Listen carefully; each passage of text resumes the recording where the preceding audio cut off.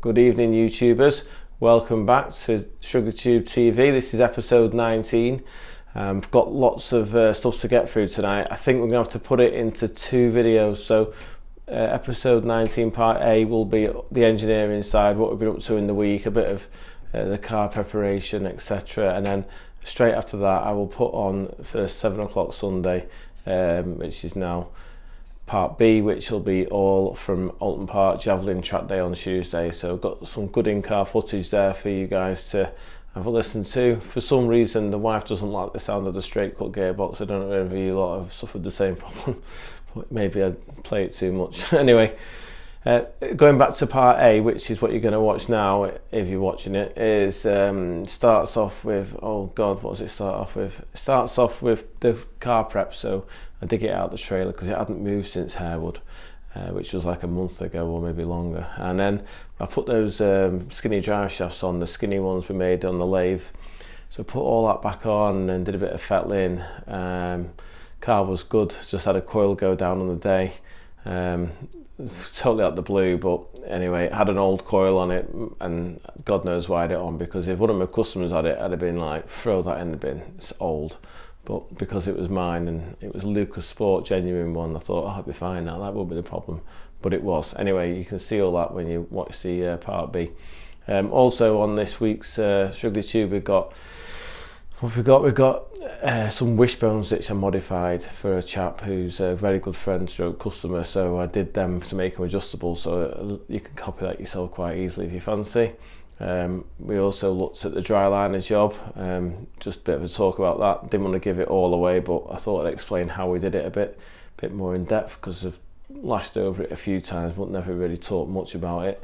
And the other thing I did was the CVH. Yeah, got all emotional about a CVH. Bit sad really, isn't it? But XR3 engine, or it's actually out of an XR2 for a good customer, a stroke friend again. So I had a bit of a chat about that and did some boring on it and stuff. So after this, if you've not had enough of me, then you can go on to part B and watch the in-car footage from Oulton Park. I hope you enjoy the content and I look forward to seeing you next Sunday. Good morning, YouTubers. Welcome to Shrigley tubeTV. It's Monday morning. Customers just left, so it's about 11 o'clock. It's warm but very windy. Oh my god, I hadn't realised we've got a condensation issue. This poor thing. I haven't even been in here since Harewood Hill Climb. I don't know if you might have watched that video.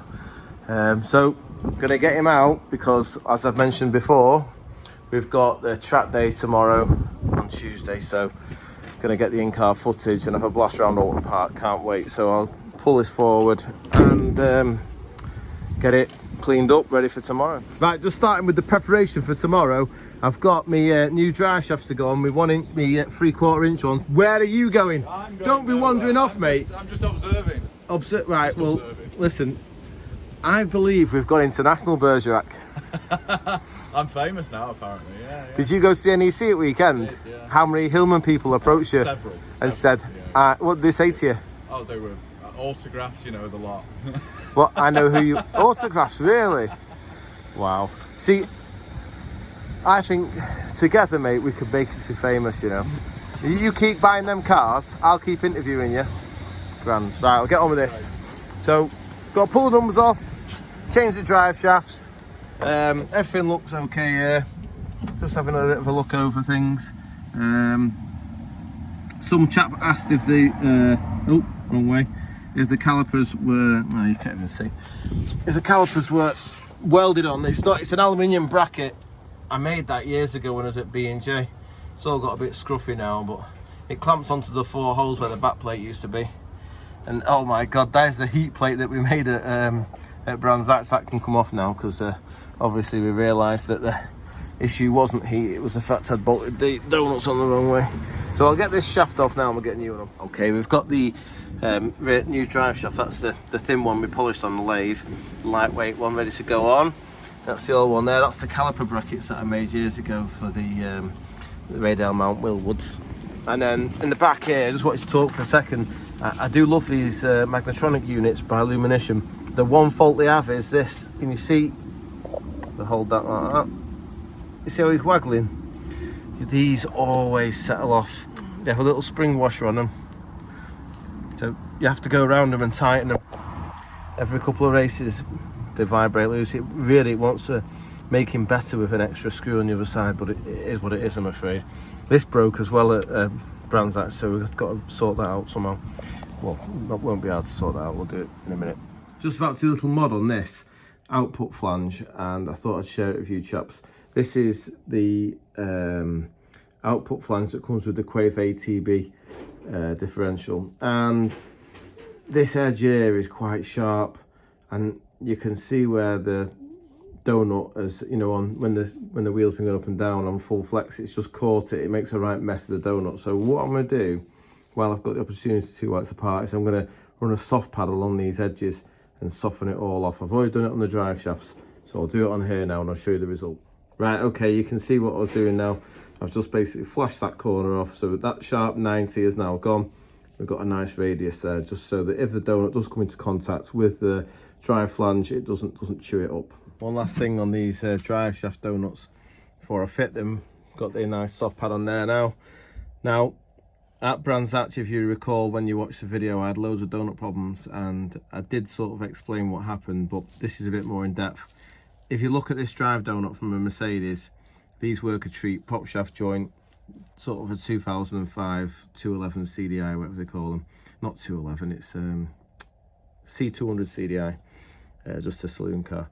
Now, you can see we have a narrow part and a thick part. Narrow, thick, narrow. So this is where it's designed to be compressed under load, and it expands there. So this is my near side, so this is the passenger side. So what I'm going to do is I'm going to pop that on there like that. Oops, one-handed. And hopefully you can see now, this is going to transmit the load, pushing the car forwards that way. So the output to the drive shaft is going to be on this side. So we're squashing that bit, which is how it's meant to be fitted. If you fit it the wrong way, they go all disfigured and cause a vibration. So if you're going to use them donuts, I love them. Cheap as chips and they work a treat. Yeah, that's the way to fit. Okay, calipers back on. New hub bolts in. Going to torque that once it's on the floor. Got my new skinny drive shaft in. Blowing a gale here, but it's not raining, which is a good thing because I've still got the other side to do. Let's have a quick peep under here. So it all looks good. Happy with all that. I've had a quick check over everything. There's my straight line drawn with the white Tipex. So yeah, we'll crack on and get the rest of it back together. Okay, just finished going around the car. It's all ready to go. New drive shafts on. Give another brake light check. Oh no, it's got off. Right, have to fix that in a minute. But it sounds well. Give it a little blip before we go.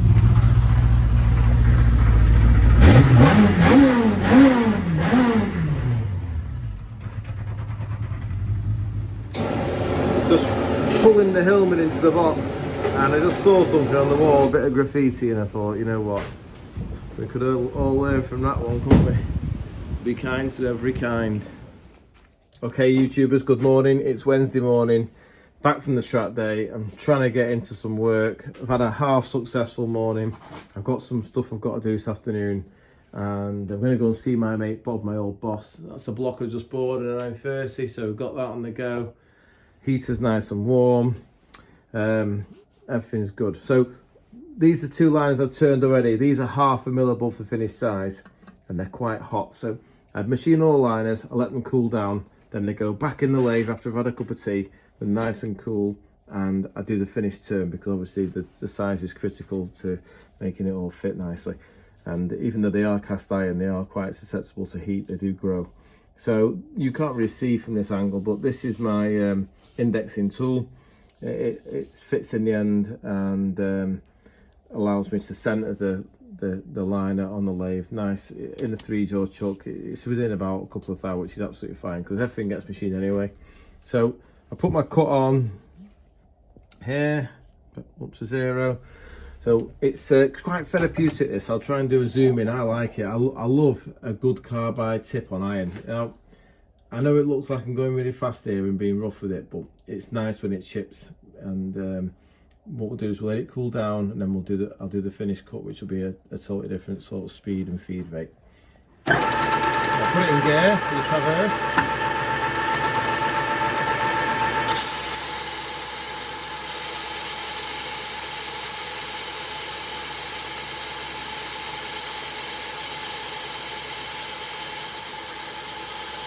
Right, we're on with the dry liner block. I've machined 3 of the liners, and I thought, oh, we'll go through the last one together. So these liners are just in here temporarily. I've got to clean it all up and glue them in, and then when it's set, we'll machine the top of the block. We could do that together as well. But this is the last liner, so you can see the rough finish from where I just ploughed through it before. All the liners are the same temperature now, so I've set my 0 on the cross slide, and I'm basically gonna turn the machine on. I've slowed the feed and the speed down, and we're gonna just see it'll do a nice cut this time now.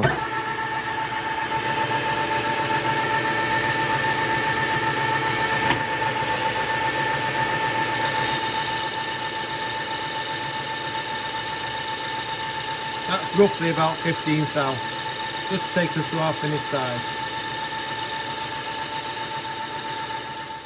Okay, finished machining the liners and they're all ready to go in the block. Now, I don't really want to give too much away on how I go about putting them in and gluing them, etc., but I don't mind sharing a bit. What I'll say is the mistake I made when I first went to the dry liner conversion was, as an engineer, or pretend one, I thought, oh, you know what I'll do is I'll heat the block up and I'll use the expansion of the blocks to drop the liners in cold, and we'll clamp them up with some glue or whatever, and then when the block cools down, it'll grab the liners and it'll be wonderful. It'll be really hot, you know, really good, and when its engine's hot, the liner will be nice and secure. However, excuse me, the issue is that when I did that, the liners started developing little cracks at the top here, basically where the shoulder is, where it sits on top of the aluminium. And at the time I was really flummoxed. I did one, and then I did another, and then the same happened again. So I ruled out the first set of theories as to why it happened, and I was really stuck with it. And then at the time I was working at Bob's place, and there's a bloke used to come in called Dave Morris. I've mentioned him before. He's the guy who got the thinking stool off, and I have one little picture of him in the workshop here. This is him in my old workshop, where he's just messing about there, putting his hood up and pretending to be a boxer. But yeah, Dave was a magic bloke. What he didn't know about engineering was not worth, you know, knowing. He knew everything. And he took one look at it and he said, well, it's obvious what the problem is. So I was like, all right, can you educate me, please? So he said, yeah, what's happening is the iron is not capable of flexing. It's cast iron. And every time you put the engine through a heat cycle, the aluminium parent liner expands, and when it cools down again, it contracts, expands, contracts, and because you've got it shrunk in there, the iron is trying to do the same. So eventually we were getting this hairline crack, and then the liner would start moving its way down the block, and we had all sorts of issues. But anyway, the reference he gave me to was, he said he'd worked on a job years ago where I think it was an old XK140 engine, or the Jaguar sort of 3.8 job, where they have an aluminium cylinder head with cam followers that run in iron sleeves. And these iron sleeves, apparently, although I haven't seen them myself, they are little top hat iron sleeves. And he said after a period of time, they would crack and start to turn round and fail and all the rest of it. And that was his theory, was it was the head contracting and expanding that caused this to happen. So I changed the way I did the liners from there onwards, and the problem disappeared, and I was very grateful to him. Awesome, clever man. But what he'd learned over a long period of time, he was able to transfer to me in like 30 seconds, which was great. Anyway, moving on, I can hear people saying this is nominal, like 72 mil now, so it can become a 998 or a 1040, whatever the chap wants to turn it into. And you're probably looking at a liner thinking, crikey, it's a bit thin, because the standard liner is a beefy looking piece of kit. But if you Google hoop stresses or anything like that on the internet, you'll see that the strength of an internal bore like that is only as strong as its finished point. So its finished point obviously is where the flat's been machined on it there. so that because the liners sit so close together, you can see. So what I did was I turned the liners now, or I have the liners made so that the top diameter is able to just kiss, but no pressure on it. I just wiped the paint off there. That was silly, wasn't it? Anyway, so the point of what I'm saying is, although that looks like a weaker liner, it's only, I mean, this one is definitely strong around here, but it's only as strong as its weakest point. And if you ever look at the stresses like we just said, then when you put a machiner flat on the outside of a tube, you massively reduce its strength because you put like a stress razor where it's machined. So these have no machine on, they're perfectly round. So that's why, in my opinion, they're a better job. So I'll get this glued together and we'll get it skimmed and off to the customer. Good morning, YouTubers. It's Thursday morning. Had a bit of a late session last night in the workshop, so got some things on the go. Got the block over there on the borer for on the miller, the one I put the liners in, so that's getting skimmed. And then I thought we'll have a little chat about this. Now this is a Ford CVH engine, and lots of people don't like these for some reason, but I love them, probably because when I was younger I had an XR3i, Mark IV XR3i with this CVH engine in, and it was a great engine. You know, mine had done 140,000 miles and it was original. It wasn't even worn out. The guy had looked after it. I think it just goes to show if they come from that era where people didn't change oil and filter and stuff like that, so they wore out. Anyway, this engine belongs to my pal who's also got an imp, and he said, oh, I bought an XR2 and the oil pressure light's coming on, so I said, oh, it'll be cream crackered, mate, don't even bother thinking about putting a set of shells in it or an oil pump. I said it'll be knackered, trust me.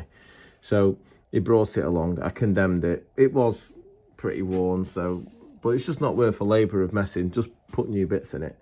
So I sort of got overexcited and started tuning it for him. I said, look, why don't we do it a bit better than standard? It was what we call a lean burn engine, so it had the beak in the chamber where they have little how can I describe it, they put this little beak inside the combustion chamber to give them squish, to try and make the burn better. They called them the 1.6 lean burn engine, but the one that worked best was the hemispherical engine, which was the full hemispherical chamber, nice big valves in it. But they were always pants, power-wise, mainly because they didn't have any compression. But what we've got here is we've got a set of Toto, not the rock band that did Africa back in the 80s, but Toto pistons, and these are Japanese. I've used these before, all right, you might notice it does actually say 1300 CVH on. So years ago, when I was like messing about with my my Nimbus Grey XR3. If anyone's got a Nimbus Grey XR3i in the garage and they want to sell it, it's like on my bucket list. I'd love to own another one. Mine was D-Reg D365 SRR, and yeah, what an absolutely awesome car that was. I loved it. But the first thing I did was I mean, this is like 30 years ago, I put a 1300 head on it. No, it was about 25 years ago. I put a 1300 CVH head on it, and that got the compression up, even though it was smaller valves, and it went like stink. But in more recent times, I discovered that the 1600 and the 1300 piston are the same compression height and the same bore. The difference was in the rod and the crank. So if you look, this has got a taller compression height on it. Not compression height, well, it has more material here, which gives you 11-to-1 on a standard sort of head gasket engine 1600, which wakes them up absolutely fantastically, makes them drive a million times better, and have the torque that's missing really. You still can't rev them because the valve train's like enormous. You've got valves that are about 45 foot long and big heavy cam followers and all that. Anyway, I'm getting carried away again, aren't I? This CVH, I do love them. You can see this is when Ford made things properly. It's actually got stainless steel core plugs in it. And I do believe that this is the first engine that Ford ever made using a computer. So you can actually carry this around the workshop quite comfortably. You know, unlike one of these things down here, the old Cosy block, the 205 or whatever it's called. They are heavy, they are. But this, quite light for what it is. So, nice little design engine, and they do work, and they do well with the tuning. So I said to my pal, I said, listen, why don't we throw that lean burn head away, because that's no good. We'll put it on an hemispherical head, some high compression 1300 pistons, and if you get the Kent cam from Kent, the Sport R, it's guaranteed 15 horsepower plus your compression. We'll have to reject your carb, but you know, you'll be into like 120 horse from 105 or whatever. It'll be awesome. You'll love it. You'll absolutely love it. It'll make it a fun car. So he's gone with my advice. I think I'm a bad influence on customers sometimes, but anyway, that's where we're at. So I'm just boring that now. So that's my little waffle over about the CVH. Great engine. Pickup pipe used to block on him. Knocked the bottom end out. The job was cream crackered, and the cam followers were made of chocolate and used to wear out. But if you change the oil regular and use good oil, they were good as gold. And in the RS Turbo, they were really good in the RS Turbo. I used to, after my XR3, I had an RS Turbo, and I used to run like 23 PSI of boost on it with me. I had this ECU called the Night Rider ECU. It used to blow up everyone's engine. I got it from a place called, oh God, what are they called now? Sue Collins, the name was. Collins Performance. And it was an awesome ECU. It had like a fifth injector and all sorts. But yeah, what used to happen to the engine was, it used to go off and it used to get a ticking noise. And when I took the head off it, the pistons didn't come to the top because the rods used to bend on it. It must have been detonation or something. So yeah, good times. Okay, this is the block that I put the liners in yesterday. I took the clamps off this morning and I put them on the machine here. I've just slowed the machine right down. I did have the machine flying with like 500 RPM and a good feed rate. I've ripped all the height out of the material, so the block is now level, and it's just touched in a few odd places. What I've done now is I've slowed it right down to 80 revolutions per minute, and I've slowed the feed right down as well. And what I'm going to do is I'm just going to let the tool run over the top, because we're doing dissimilar materials. We've got the aluminium, which is like soft like putty, and we've got the iron, which is quite hard. So we have to go real slow so that the tip cuts rather than rides. If the tip hits the iron, it'll ride over it if it's going too fast, and then crash into the alley, and we'll end up with a sort of like a bad finish, and it won't be good. So by going this slow, I know the tool will just cut. It's a fresh tip in it. It'll just cut nicely, and we'll get the perfect finish then, ready for the next stage.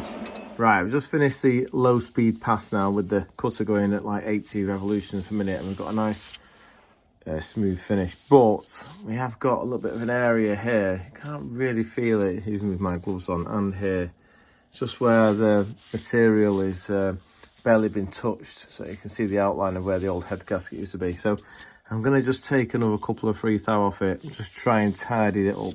I don't want to take too much off, because then we end up with a situation where we've got to machine the pistons, otherwise they hit the headlight, which I do anyway because I like to make an intruder piston, but this isn't for me. So yeah, we'll give it one more pass and hopefully that'll be it. Okay, while we're on the subject of liners and blocks, we've just finished in the dry liner one, and that's obviously on the miller. You might be able to hear it in the background, the other side of that wall.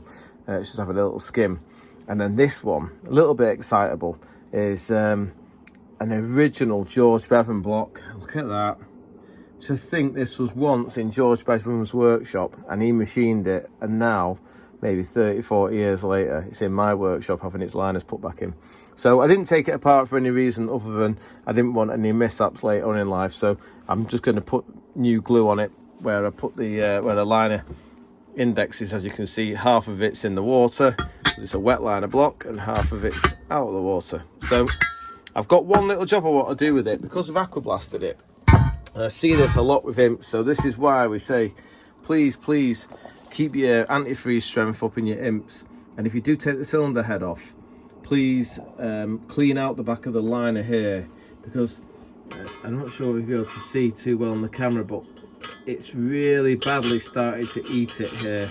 Now, it's not a problem. Sometimes they pinhole through to the outside. It doesn't affect the way the engine runs or anything, and it's not really a massive strength issue.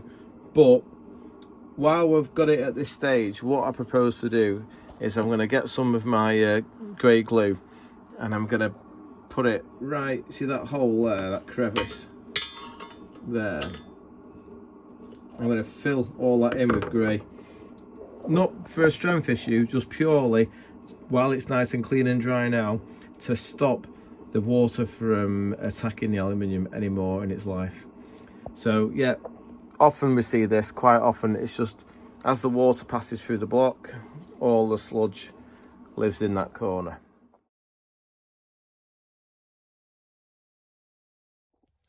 Okay, I thought we'd pull this apart together, YouTubers. You might recognise it. I ran this on the dyno with you guys a couple of episodes back. It was Dave Burnett from down in Cornwall, Liscard, and he'd had a few problems with the ignition. He had the old windmill type illumination kit with the infrared on it.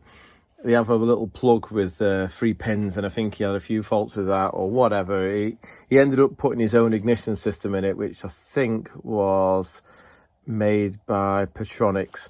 And then he came here with it, and I said, well, let's just put it straight on an illumination kit, the later type, the Magnetronic, because that's the one I use and everything.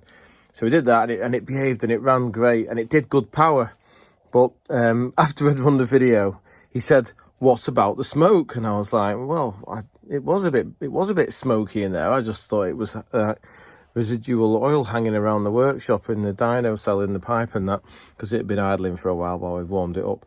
Anyway, he said, well, it is noticeably blowing a bit of smoke, and I had only rebuilt it a year and a half before. So we looked at the photographs of when I rebuilt the engine, and it had come to me as a rebuilt engine. So it already had new pistons in it. It just had the head off and stuff like that. So I'd gone right through it all, glued the liners in, etc.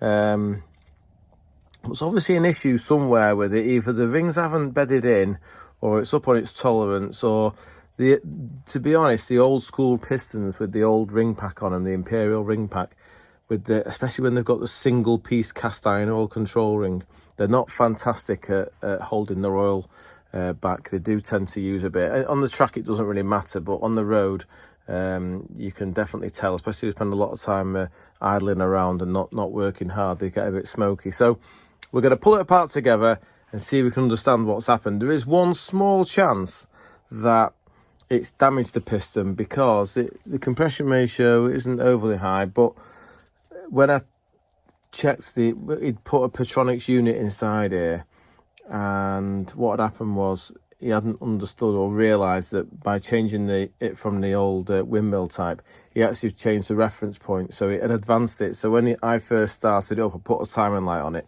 and it had like 50 degrees of advance in it, and I said, oh, that's a bit much. But anyway, it seemed to run okay. It didn't breathe. So anyway, we'll take it apart and we'll see what we see. Right, I've got the head off the engine now, and it all seems to have been sealing quite well, wheel strings, etc. I'm happy with all that. One thing I'm not happy with is, and I do recall the engine now, I can see the oil in the bottom of the valve cutouts there. Can you see it? And these are the old school pistons. I can see where I've relieved them a little bit. And the other thing I don't like is the hone is pretty awful. I think I must have just glaze busted it. I have changed the way I work now. I actually flat blank refuse to use anything other than brand new pistons with metric rings on them because of situations like this. But that's not Dave's fault. Obviously, when we did this, we've looked at the pistons and gone, oh right, well then they're like new, let's use them. But I bet when we get them apart, they're on the 3-piece oil, the single cast iron oil control ring. So the big test for a smoker for me is this. Obviously comes, as you saw it run was the last time it ran, so it's come straight off the dyno. If I turn the engine over ever so slightly, you see the oil there that's been left behind where the piston's tipped. So yeah, there's a good chance that this has realistically got a bad ring issue. So we'll pull the pistons out and see what we see. Okay, right now I'm really confused. I'm not really. I've just took this apart, and to be fair, it's not had any advanced issue. It's absolutely belting. There's no sign of any blow by on the pistons, because obviously the first 2 rings were doing their job properly. As we were in the dyno, it wasn't breathing. This has got purely an oil control ring issue. So it's on the old school, you can see there, the old school cast iron oil control ring, and it's quite a fussy ring. I've just put them in, so we've got like a funny pattern on the bore. I don't know, this would have been glaze busted. I don't know where that pattern's come from, but I'm not too concerned. We're going to glaze bust it and see what it looks like afterwards. The gap on the rings that's come out is, that's 14, it's quite tight. That's 13 thou. That's the oil control ring there. So the ring gaps are all correct, and the pistons are mint. There's no flutter in them. The pistons are in good condition, to be fair. They're still like when I put them back in, they're like new, you know. And possibly one of the reasons that I put them back in is the pistons that I now fit in all the engines are these Maynard ones, and they're on a 5/8 pin, and this is on a 11/16 pin, so we would have had to change the rods as well. It's got quite a nice set of polished rods from back in there, and they're modified for the bigger 3/8 UNF. I think I put ARP ones in. If it's me, I put ARP bolts in it, so it probably had cap heads in it when it came to me. But anyway, whatever. They look mint. I thought they'd be fine. I've obviously checked the ring gaps, but they're not. The oil control ring hasn't bedded in for whatever reason. Now, what I thought we'd do was just have a quick chat about the new pistons. Now, this has got what we call a metric ring pack on it.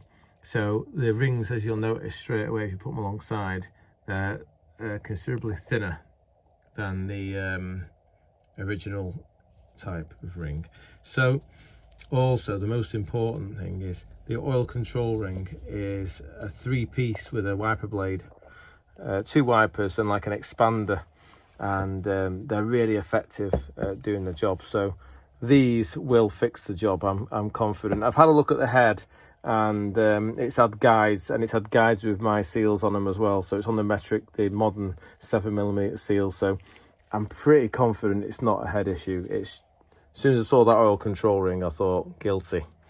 But like I say, the other 2 rings are bedded in okay, just the oil control ring, because there's no blow by or anything. So yeah, I'll give it a glaze bust and see how the block's looking. If the block looks good, then and it measures up okay, we'll put him on another set of rods and a set of the modern pistons, and then I'm sure that'll be him out of the woods then, and then we'll dyno it again together. Okay, YouTubers, this part applies to the Hillman Imp Brigade.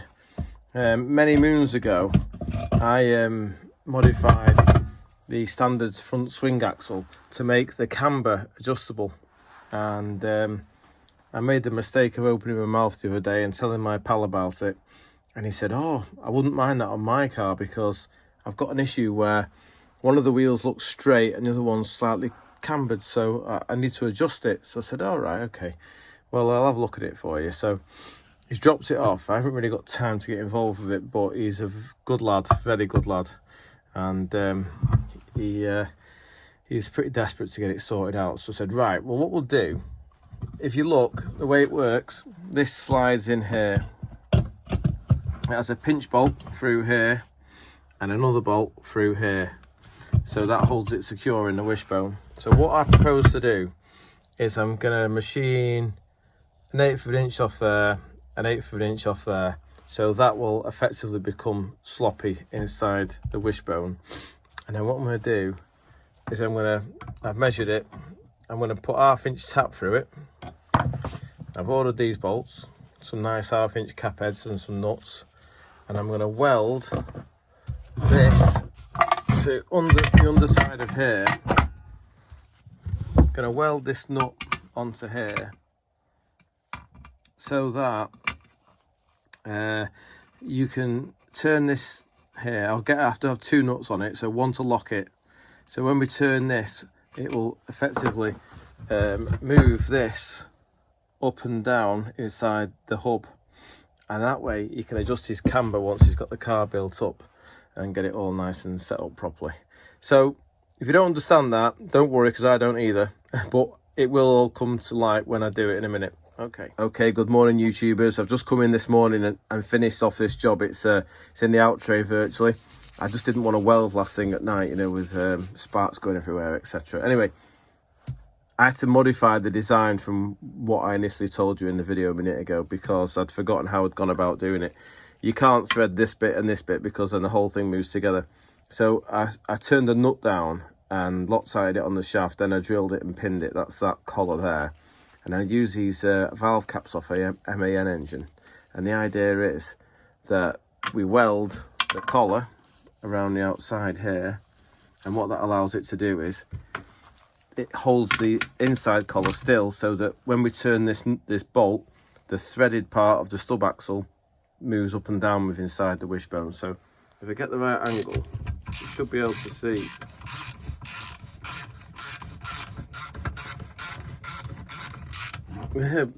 It's really hard to see, but it is moving, trust me. There you go, you can see it going up now and down again. So he'll have enough movement now to get his camber absolutely perfect. And what I have to do at the end is, of course, put a little lock nut on there to stop it from moving, or he can weld it rigid here if he wants to be super final with it. So yeah, happy with that. I'm sure he'll be happy too. Right, another week, another dollar, as they say. Can't believe it's Friday again, so quick it's come round. And what I like to do on a Friday is I like to set myself up with Monday's job. So when I come to work on Monday, or in holiday mode because I've been off all weekend, I've got an idea of where I'm going. So this is an engine. Originally this was like a mild spec 998 engine. The chap that owned it, I spoke to him several times and he said, oh, you know, I'd like to upgrade it to a 1040. So I said, well, we'll do you a new dry liner block for it then. So it's got a new dry liner block in a 930 as well. So that'll be good. We've got the rear oil seal in it. The original nitrided crank that he supplied, that's a good crank. He's having the steel rods in it with the pistons from Maynard. These are the Hepalite copies with the metric ring pack. These are good, these. I like these. He's having a new pulley, obviously. There's the head. I haven't put the guides in the head or recut the seats yet. I've got a bit of port work to do on it. I've drilled it for strengtheners as well underneath the chamber, so I've done that. Got the springs and the titanium caps. The oil pump, it came with a bronze drive oil pump. Obviously, steel cam followers, always like to use those.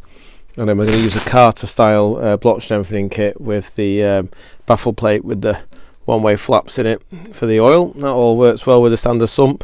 And then got nice carrier there, standard carrier that runs perfectly happy with the BJ65 cam, which is a reprofiled R23 with 400th hour lift. So the way it works, we've been into before, it has a smaller base circle, so the follower sits higher in the carrier to start with, so the steel follower has no problem running in the standard carrier. You don't need a sleeve carrier for it.